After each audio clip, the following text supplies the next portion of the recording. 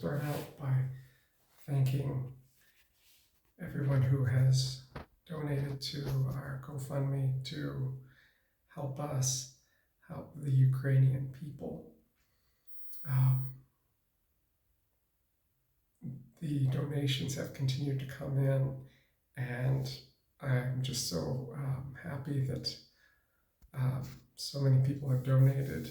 I know donors, they often like to remain anonymous, but I'll just say I have a very good dentist. I'm filming this from the floor of a hotel room, a hotel bathroom, because this past Sunday I tested positive for COVID, and fortunately my 2 kids have tested negative, but we're quarantining, we're self-isolating for the minimum 5 days, and it's frustrating because we came here to help people, and we're wasting time.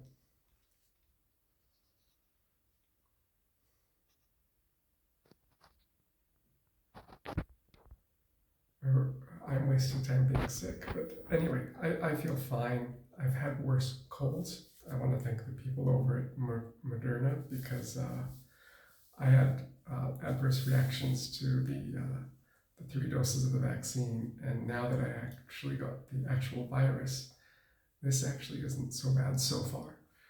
I'm glad for that. One thing I wanted to mention and explain, you probably have noticed in the few video updates that I've had time to do so far, is that we're not photographing the refugees, and that is to protect their privacy. I'm not an ethics expert, and I'm following the precedent set by other volunteers, which is to protect the privacy of the Ukrainians that are displaced. So when I get back to the States and I can do some fancy video editing, I really want to show you these people, but we really should blur out their faces to protect their privacy. But I want to tell their stories, and that's difficult to do without being able to video record them. And it's really hard to get genuine permission in these circumstances. I wish I could show you all the inside of just the one refugee center where we're volunteering. There are just these massive rooms with just row after row of cots, and they've been sleeping there. People have been sleeping there for 4 months there, and there's no toilet paper in the makeshift toilets, and kids are just running out in the parking lot, which is the only place they have to play, in an abandoned mall. This one particular refugee center, it's a mall that closed down during COVID, and was being used as a refugee center, and it's so much like a homeless shelter. But I'd like to share with you some of the stories. One family that we took on a personal shopping trip, a mother and daughter, we bought her some tools so that she could work here in Poland to save up money. We bought them some needed medication. Her boyfriend is one of the Ukrainian soldiers that was captured by Russians in Mariupol. And the last I heard, he's still a prisoner of Russia. So I hope we were at least able to give them a little bit of hope. But that money is from you. Those of you who have contributed to our GoFundMe page or to other similar efforts like World Central Kitchen, but specifically for that family, that money is from you to help that family. Another family, we met our second day in country. They had been staying in a hotel for about 4 months. They were from Lviv, and finally decided that they wanted to go back, given the relative safety of the city of Lviv being in western Ukraine. And we can't drive our rental van across the border, but we could drive them to the border where a relative was going to pick them up. So this 2-year-old girl and her mother and her grandmother, we drove them from Krakow about 3 hours to Medica, there the border crossing, and it's so hard to see. Um, they had these really heavy suitcases, and this old grandmother and this little 2-year-old, and of course we wanted to walk them as far as we could. But when we had to say goodbye, they just said they um, they wish there was a way they could thank us. And they don't need to thank us.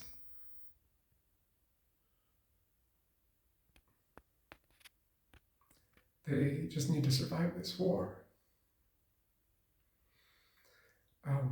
Another story, we took a group of teenagers from the shelter we are volunteering at swimming because it was hot here last week in Krakow.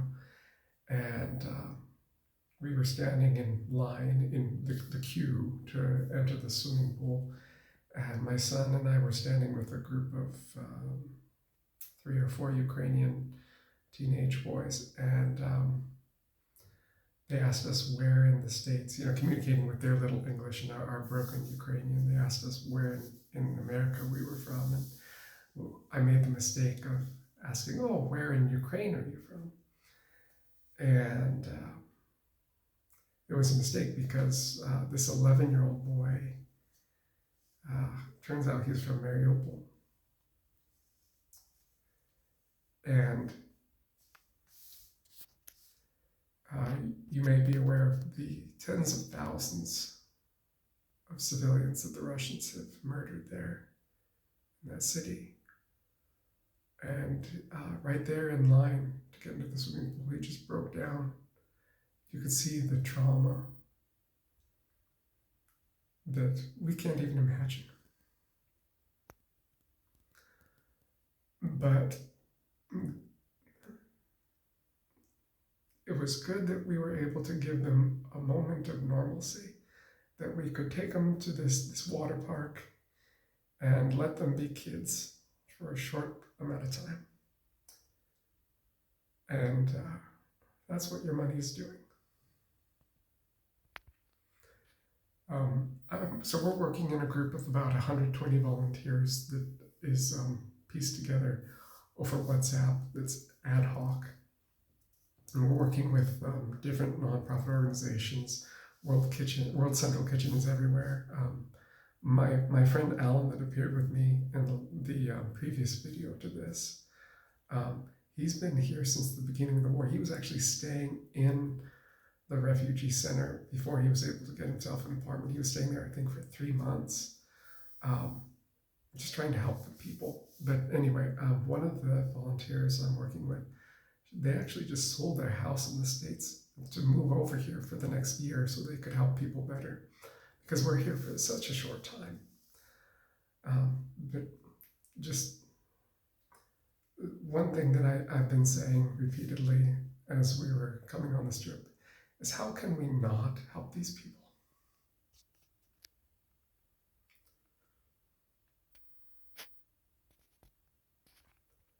We need to do so much more than what our governments are doing.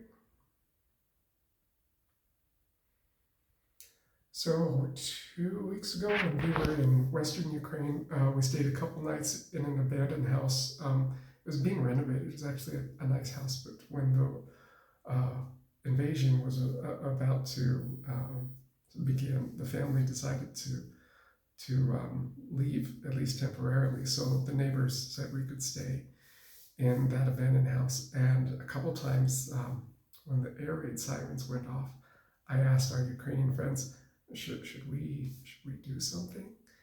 And the 15-year-old girl who was our guide at that time, she said, we're used to it. And that's my fear for the world.